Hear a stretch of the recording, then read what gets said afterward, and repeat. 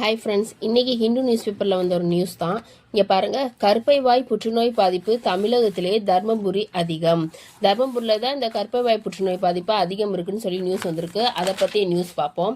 இங்கே பாருங்கள், கர்ப்பை வாய் புற்றுநோய் பாதிப்பு தமிழகத்திலே தர்மபுரியில் அதிகம். இந்தியாவில் ஆண்டுதோறும் சுமார் 1.2 லட்சம் பெண்களுக்கு கர்ப்பை வாய் புற்றுநோய் பாதிப்பு கண்டறியப்பட்டு வருகிறது. எத்தனை லட்சம் பெண்களுக்கு? 1.2 லட்சம் பெண்களுக்கு. தமிழகத்தில் பெண்களை பாதிக்கும் புற்றுநோய்களில் மார்பக புற்றுநோய் தான் அதிகமாக இருக்கு. எவ்வளவு இருக்குன்னா 28.7%. அடுத்தபடியாக இருக்கிறது தான் இந்த கர்ப்பை வாய் புற்றுநோய் பாதிப்பு இருக்கு.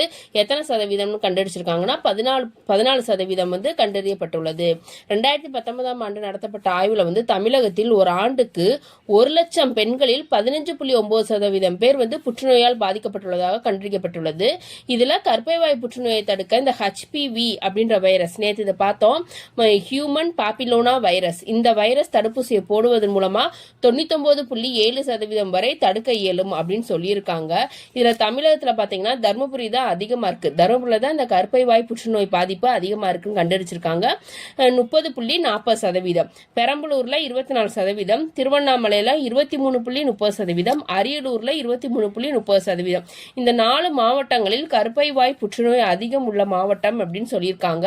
அதனால முதற்கட்டமா இந்த 4 மாவட்டங்களுக்கு ஃபர்ஸ்ட் ஊசி முழுமையா செலுத்தணும்னு சொல்லியிருக்காங்க.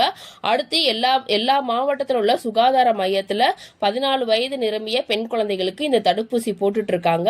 ஸோ நம்ம இதை விசாரிச்சு நம்ம வீட்டில் 14 வயதுக்கு மேற்பட்ட குழந்தைகள் இருந்தா நாமளும் அந்த ஊசியை போட்டு நம்ம இந்த பெண்களுக்கு இந்த கர்ப்பை வாய் புற்றுநோய் பாதிப்பு வராம தடுப்போம். தேங்க்யூ.